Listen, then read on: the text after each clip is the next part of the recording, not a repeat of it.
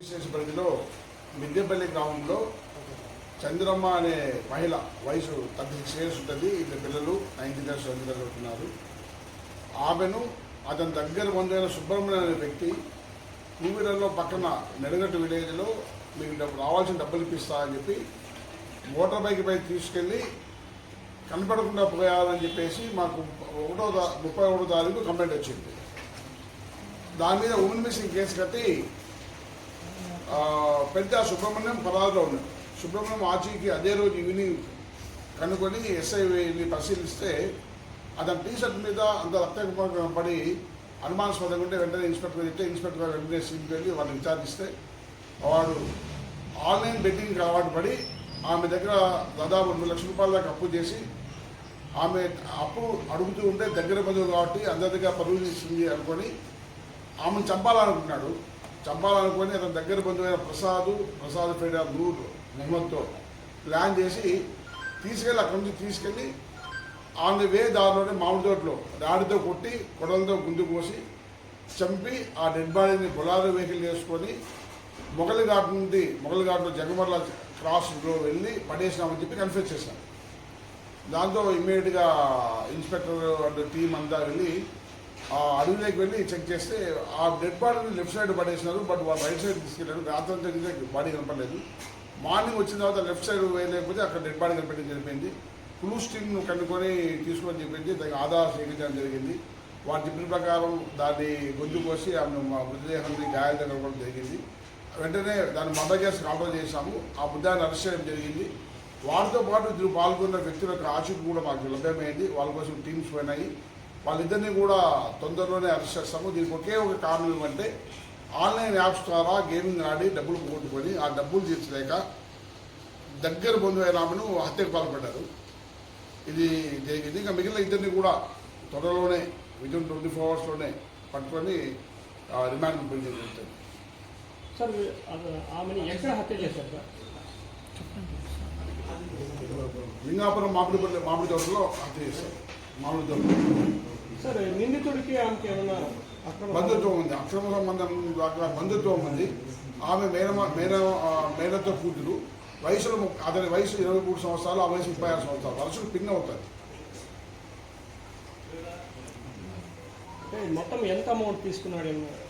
ఆమె చిట్లు నడుపుతుంది. 3 చిట్లు ఎత్తుకున్నాడు. అది కాకుండా చేపలు తీసుకున్నాడు. మొత్తం 2 లక్షల రూపాయల దాకా తీసుకున్నాడు.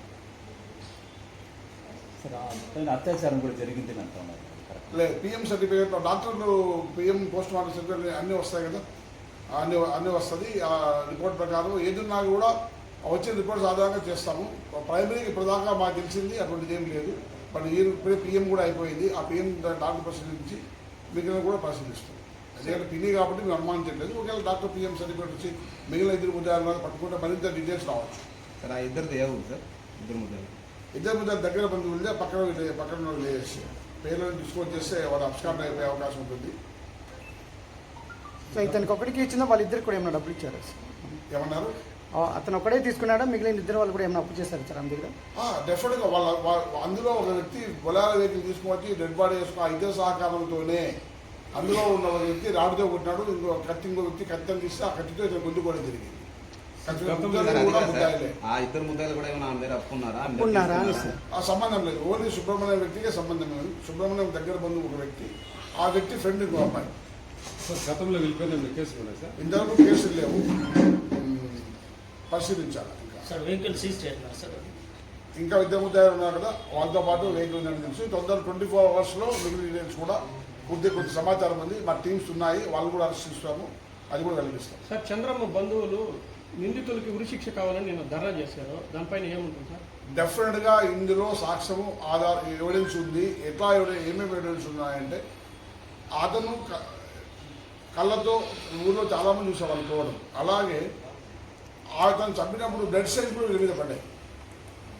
అక్కడ నుంచి ఫోన్ కాల్ డీటెయిల్స్, ఫోన్పే జరిగి వెహికల్స్ పెట్టుకోవడము, రకరకాల అన్ని పత్రికాముఖంగా చెప్పడం ఇబ్బందిగా ఉంటుంది. డెఫినెట్గా సరైన సాక్ష్యాలు ఉన్నాయి.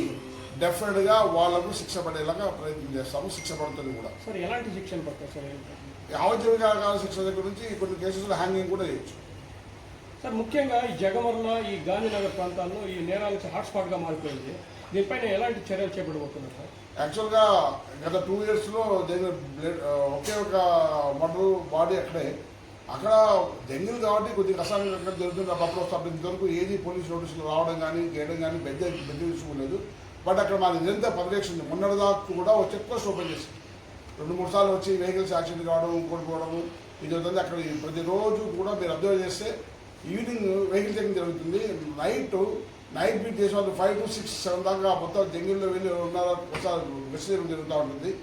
ఇది ఆ రోజు కూడా మా వాళ్ళు 6 o'clock 7 o'clock వచ్చేసారు గెస్ట్ తిరిగి. ఇది ఆఫ్టర్ 9, 10, 11 జరిగింది కాబట్టి వాళ్ళు నోటీసులు కాలేదు.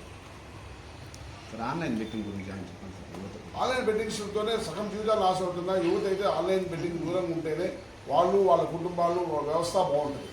ఏదైనా ఆన్లైన్ బెట్టింగ్ ఇన్ఫర్మేషన్స్ ఏదైనా యాప్స్ ఉంటే మేము కౌన్సిలింగ్ ఇస్తాము, కేసులు కూడా రిజిస్టర్ చేస్తాము. సార్ ఇప్పుడు గుడెత్తలో కొత్తగా ఓపెన్ చేయాలి సార్. అదే మర్డర్ ఎప్పుడు జరిగింది? ఆమెను ఎన్ని గంటలకు తీసుకెళ్లారు అనేసి సార్ ఫస్ట్ స్టార్టింగ్. 7 గంటలకు ఇక్కడి నుంచి బయలుదేరారు. డైరెక్ట్ తోటలోకి తీసుకెళ్ళారు. ఆ తోటలో ఆల్రెడీ ఇలా ప్లాన్ ప్రకారం ఇద్దరు ఉన్నారు. ముగ్గురు కలిసి మర్డర్ చేశారు. మర్డర్ చేశాక బొలాల వెహికల్ మాట్లాడుకున్నారు స్విచ్ చేయడానికి. ఆ సందర్భంగా వాడు ఫోన్పే కూడా చేశాడు. వెహికల్ వాడికి బాడుతూ అది ఆటోమేటిక్గా ఆ ఎవిడెన్స్ అన్ని ఇది వస్తుంది, టెక్నికల్గా ప్రూవ్ అవుతుంది. అక్కడ నుంచి డ్రైవర్కి డౌట్ వస్తున్నప్పుడు వీడే వెళ్ళి ఆ వెహికల్ తీసుకొని అక్యూజ్లో ముద్దా వెళ్ళి డ్రైవింగ్ చేసుకుంటూ వచ్చినాడు. అక్కడ నుండి బాడీని తీసుకున్నారు. బాడీని తీసుకుని పోయి అక్కడ జగన్మల కాసులోకి వెళ్ళి అడవిలో 400 meters వెళ్ళి అక్కడ పడేశారు. మిగిలిన ముద్దాలు కూడా చెక్ చేసి క్రాస్ చెక్ చేసి వాళ్ళ డీటెయిల్స్, టవర్ డంపు, లొకేషన్స్ అన్నీ తెలుసుకొని కరెక్ట్ సమాచారం ఉంటుంది. ఎవరి ఎవిడెన్స్ మీడియా మీద పెడితే కొన్ని సార్లు కేసెస్ లీక్ అవుతాయి కాబట్టి పెట్టడానికి కూడా కుదరదు.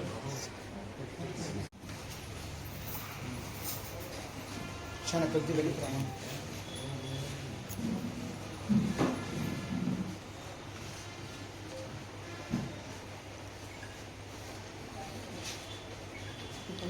కూడా కొంచెం సార్